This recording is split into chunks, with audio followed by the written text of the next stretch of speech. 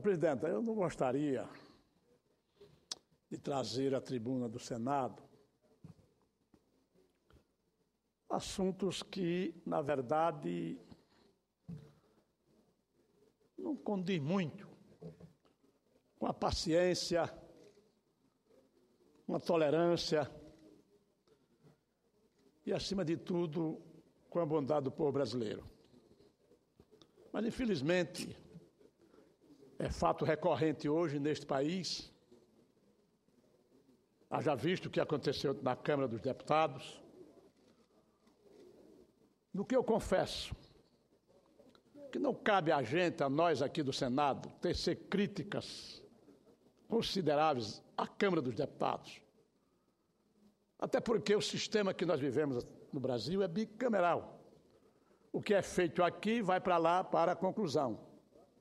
O que é feito lá vem para cá para a conclusão. A emenda que foi aprovada ontem, pela madrugada de hoje, que trata da menoridade dos adolescentes, ela virá para o Senado Federal aqui para que ele seja discutido. É estranho, sinceramente, que o país esteja sendo conduzido e se deixando a vencer pela violência. O meu estado, o estado de Alagoas, penúltimo estado, territorialmente falando, da federação, mas é um dos mais bonitos estados do Brasil, encravado numa região difícil, que é a região Nordeste, que ao longo da história deste país sempre fora tratado à margem do desenvolvimento. Mas Alagoas, senhora presidenta, senhoras e senhores senadores, é um pedaço de terra que na época das capitanias hereditárias foi desdobrada do estado de Pernambuco. E é um estado que tem se caracterizado pela capacidade de trabalho do seu povo. Estado dividido, e muito bem. Na região da Mata, ele é todo coberto de cana-de-açúcar, que infelizmente é o setor que hoje está num processo de declínio total. A economia do meu estado já teve como balizamento a cana-de-açúcar. Na região do Agreste, tínhamos um plantio de fumo contínuo, como tem no estado de Vossa Excelência, nova senadora Ana Amélia, que era um dos maiores do Brasil. Hoje já não é mais. O sertão do meu estado,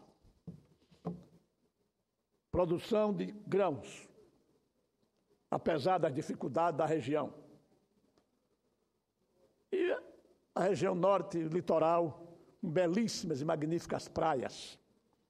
Um dos maiores litorais, mais bonito litoral do Brasil, modesta parte. Sem demérito para as grandes praias que tem no Brasil como um todo. Pois bem, presidente, vou tratar de um assunto aqui que, infelizmente, vem, ao longo de alguns anos, criando enormes dificuldades para a população daquele estado. Maceió, capital do meu estado, sofreu dias de pânico há cerca de 2 semanas, aproximadamente, revivendo cena de que atemorizaram Santa Catarina, Maranhão e Rio de Janeiro, em passado recente. Pessoas fora da lei, queimando ônibus na via pública, com passageiros nos bairros da Ponta Grossa, do Mutange e de outros bairros de Maceió. As ordens de ataque aos ônibus vieram de dentro do presídio, dos presídios Cidiano Duval e Baldomero Cavalcante, a partir da prisão de suspeitos que confessaram participação no delito. Confirmou-se conexão com o crime organizado, sobretudo o tráfico de drogas. Lamentavelmente, Alagoas tem sido anos a fio destaque negativo nas estatísticas de criminalidade e violência no Brasil.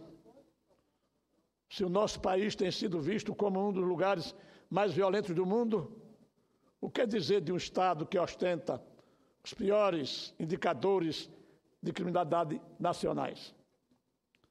Segundo o último mapa da violência, em 2015, que consolida dados de 2012, Alagoas apresenta uma taxa média de homicídios do Brasil, 55 homicídios por 100 mil habitantes, superior ao dobro da média nacional, nada modesto, de 21,9 homicídios para cada 100 mil habitantes. De 2002 para 2012, Alagoas aumentou em quase 120% esses tipos de ocorrência. Há que se registrar o declínio moderado de 2011 para 2012, de aproximadamente 10%. Baseado nessas cifras escandalosas, os autores da publicação citada concluíram: estados relativamente tranquilos, na virada do século sofreram um acelerado processo de expansão da violência, como são os casos de Alagoas, Ceará, Bahia e Paraíba. Dentre outros, em Alagoas, o indicador é mais dramático para a população mais jovem, que alcança a impressionante média de 123,6 homicídios para 100 mil habitantes. 100 mil habitantes jovens. A capital de Alagoas, Maceió, também é destaque nacional nas médias de homicídio por arma de fogo, pois ostenta a maior taxa de todas as capitais brasileiras. É um caso assim interessante. O Estatuto do Desarmamento,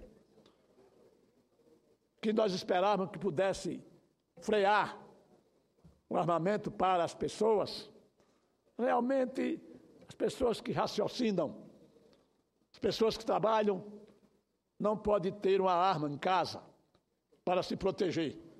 Mas os bandidos cada vez mais armados e com armas potentosas. E me parece que não resolveu nada até agora o Estatuto do Desarmamento. Mas é uma lei. E como muitas outras, precisam ser cumpridas a rigor. Infelizmente não é. Na palavra do relatório, a situação é bem grave e preocupante. Em levantamento que compara 90 países, o Brasil ocupa nada honrosa 11ª posição em taxa de mortalidade por arma de fogo. Algumas descrições mal compreendidas da alma nacional enfatizam a cordialidade do brasileiro. O que se vê aqui, porém, parece algo mais próximo do medievo europeu, o qual, segundo o pensador holandês Johan Huizinga, era caracterizado pelo, abre aspas, teor violento da vida. Fruto de severos problemas socioeconômicos, da ausência e do fracasso dos aparatos de segurança pública e da desconfiança do povo para com as autoridades constituídas, a violência estabeleceu raízes profundas no Brasil. O crime arregimenta legiões de deserdados sociais, movimenta valores astronômicos por meio de sua associação com o tráfico e os crimes contra a propriedade, e impacta as hierarquias sociais, particularmente nas comunidades menos assistidas, onde o marginal se torna referência positiva para essa juventude desprovida de oportunidades e de ascensão socioeconômica. Pois bem, senhor presidente, nós falamos, como muitos outros falam, mas nós sabemos perfeitamente que existe ainda no Brasil a dificuldade, a responsabilidade, se desejasse, diminuir e parar, principalmente atendendo aos jovens do meu país. Atendendo como? Atendendo, fazendo escolas. O ensino brasileiro, infelizmente, ao invés de melhorar, ele declinou, principalmente o ensino público. Eu me lembro que quando eu era mais jovem, é a minha história. Eu estudei na escola pública, terminei o meu curso primário à época e fui para uma escola agrícola. Não só para fazer o colégio, aliás, o ginásio agrícola, mas também para trabalhar. Mas hoje é pecado falar em trabalhar, jovens trabalhar. Ah, é outra era, é outra época. Não, o mundo é o mesmo. As pessoas é que mudam a regra do mundo. Eu não sei qual é o crime que se cometem em fazer com que o jovem de 15, 16, 17, 18 anos possa trabalhar.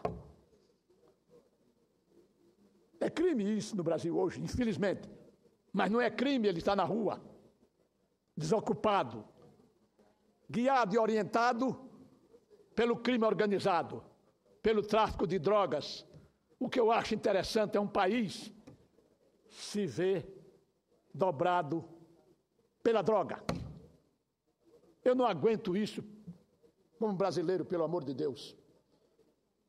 A droga, e eu me lembro muito bem que uma certa vez, conversando com o ex-governador de Alagoas, Teotônio Vilela, ele disse numa reunião feita com os governadores do Nordeste, a pauta que era para ser tratada é o desenvolvimento do Nordeste, não saiu uma linha, uma vírgula.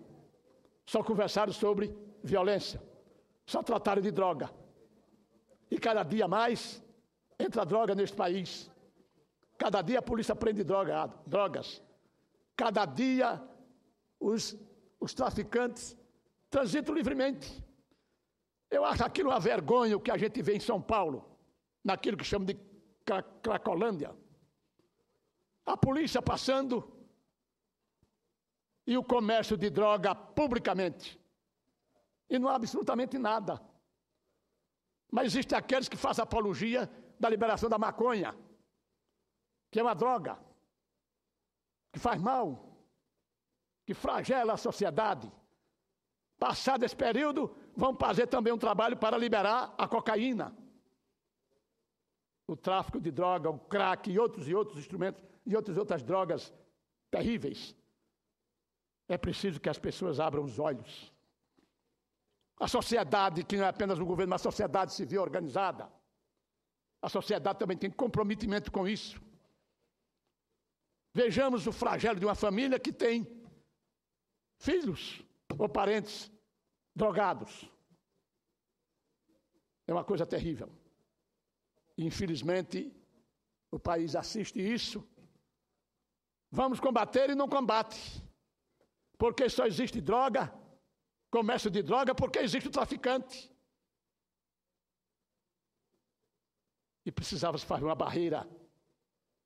Porque os países vizinhos a nós vivem da droga. Mas o Brasil talvez seja o maior consumidor ou o maior canal de recebimento e exportação de drogas para o resto do mundo. Não fica bem isso. Um país da qualidade do nosso. Com imensidão de terras aí para serem utilizadas. Por que se acabou de construir, ou acabaram, ou não existe mais nenhuma importância para o Ministério da Educação? Construção de escolas técnico-profissionalizantes. Construção de escolas agrícolas. Para educar os jovens, não só trabalhar a terra, mas se aperfeiçoar intelectualmente. Para ter uma formação diferente, como eu tive. E outros jovens do meu país também tiveram. Infelizmente, no meu estado, tinham 3 ou 4 escolas desse tipo, só tem uma. Que vivia um sistema de internato. Acabaram com o internato porque talvez fosse caro para o país. Dar educação integral aos jovens que não podiam pagar a escola privada. Iam para a escola pública, e naquela época que eu estudei, a escola pública era respeitada. O ensino público merecia respeito. Hoje o ensino público não vale muita coisa. Não vale muita coisa, e você observa isso pela evasão da escola. Que muitos jovens, pobres do meu país, só vai para o grupo escolar, por a merenda escolar. Na hora que falta merenda, há evasão. Porque não há responsabilidade nem compromisso. Daí porque o clamor da sociedade no que diz respeito à diminuição da maioridade para o menor. Senadora Ana Amélia. É porque, infelizmente, o meu país não tem um programa. E eu venho dizendo isso há algum tempo e disse isso na minha campanha em Alagoas, que a solução para tirar o jovem da rua é a escola integral. Ele chegar na escola às 7 horas da manhã e sair às 5 horas da tarde. Bem tratado, bem cuidado, alimentado, com professores especializados, pagando também o professor com dignidade. Fora disso, vai continuar essa mazela. Não interessa a mudança de idade para criminalizar. O que interessa é colocar o jovem, o garoto, na escola. Na escola. Este país que tem muitas vezes gasto tanto dinheiro sem muitas razões. Porque, por exemplo, recentemente, logo chegará aqui, senadora Ana Amélia, uma medida provisória para que a gente possa dispensar débitos nos clubes de futebol deste país. E o que é que vem em troca? Absolutamente nada. Porque cada um deveria ter escolas de futebol. Tem talvez 2 ou 3 ou 4 crimes que tenha isso, o resto não tem nada. Não fazem nada, não resolvem nada. Só querem usufruir. É só receber e não dar nada em troca. As associações, os sindicatos, as federações, as confederações deveriam ter um programa paralelo a isso para atender a juventude do meu país. Mas não. O caminho qual é? Vamos diminuir a maioridade. Para fazer o quê? Qual é a ação que vai ser praticada? Se não bota o garoto da escola para ele viver lá um tempo integral na escola, porque ele ocupa todo o seu tempo. Então vai para a rua. E ele é pescado pelo tráfico, que oferece dinheiro a ele para ele vender droga na rua. E eu repito, senadora, eu tenho vergonha quando nas televisões a gente vê aquela história da Cracolândia, em São Paulo, na cidade mais importante do Brasil, no estado mais rico do Brasil. Aquilo é intolerável, mas é o que a gente vê. Então, qual é o exemplo que tem um jovem que vê aquilo e que vê que não acontece nada? Ele vai também querer fazer aquilo mesmo, porque ele acha que com aquilo vai ganhar dinheiro. E o tráfico faz isso, infelizmente faz isso. E não tivemos nada, não vê nada, absolutamente nada no que diz respeito a um tratamento coercitivo, duro, pesado, para aqueles que fazem o tráfico de droga neste país, para transformar a juventude do meu país numa mazela. E o meu Estado, nobre senadora, paga um preço por isso.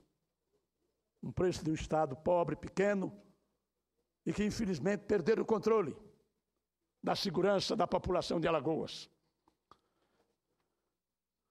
Quando quer se informar sobre o que acontece no país, sintoniza os jornais diários com sua reação cotidiana de notícias sobre o crime. É uma coisa também que eu confesso que me dá tristeza. Assistir jornais de televisão, de rádio, a imprensa escrita, e a gente não vê outra coisa a não ser crime, violência, crimes e violência. Inclusive até novelas incentivam esse tipo de ação que contamina a juventude do nosso país. Desamparada a população de Alagoas, pede socorro, herdando o quadro tão crítico. O governo atual, eleito no pleito de 2014, mal teve tempo de respirar. É bem verdade que a pronta reação do aparato de segurança pública estancou a crise, impedindo-a de se desenvolver para uma situação desconfortável. Pois bem, de acordo com o comandante-geral da Polícia Militar de Alagoas, Coronel Lima Júnior, o combate ao avanço dos ataques a ônibus resultou de uma ação enérgica e imediata da segurança pública, que contou com a participação ativa do secretário de Estado da Defesa Social, Alfredo Gaspar de Mendonça, do Serviço de Inteligência da Polícia Militar e dos batalhões operacionais da capital. Queria abrir um parênteses aqui, senadora Ana Amélia, e eu agradeço a Vossa Excelência a tolerância, mas, infelizmente, eu, quando trato desses assuntos, me entusiasmo, porque peço à sociedade, não, peço ao governo, que tem que haver uma sintonia entre o governo federal, os governos estaduais e os governos municipais. E a sociedade privada. A sociedade também tem que ter uma corresponsabilidade com tudo isso que acontece. Ninguém pode dar as costas. Esta casa, por exemplo, tem que ter uma ação mais permanente no que diz respeito a isso. A violência, a educação, a saúde. Infelizmente, isso não funciona, infelizmente, ainda para atender os anseios da sociedade. A sociedade brasileira não é rancorosa, não deseja vingança, mas a sociedade brasileira, haja visto o que aconteceu depois da rejeição, antes de ontem, daquela emenda que tratava de de diminuir a maioridade, as redes sociais explodiram das críticas mais severas contra o Poder Legislativo. Por que isso? Porque não aguenta mais. Ninguém aguenta andar. Não é fácil a pessoa sair de casa para fazer uma visita a uma comadre, um compadre, um amigo, um parente, e ser assaltada, ser ameaçado, morrer na rua, cravado de faca, como aconteceu recentemente em São Paulo, no Rio de Janeiro, em Alagoas. Quer dizer, e não acontece absolutamente nada. Morreu, acabou. Então, senhora presidente, senhoras e senhores senadores, estamos sendo repetitivos. Em 2011, quando aqui cheguei, tratei desse assunto, assustado.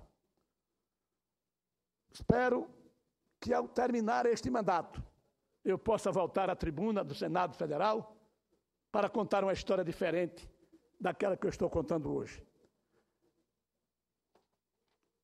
Este é o desafio do governo atual. Eu digo do meu governo de Alagoas. No final do mandato, em 2018, o meu grande sonho, repito, é chegar aqui e contar uma história diferente.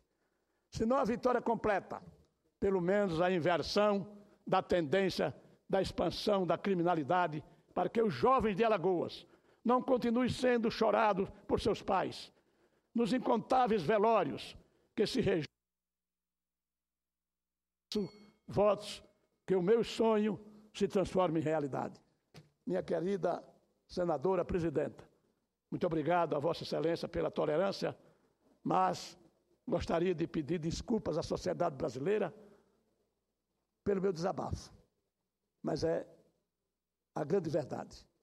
Eu, que sou originário de uma família humilde, mas nunca enveredei pelo caminho da criminalidade, da marginalidade.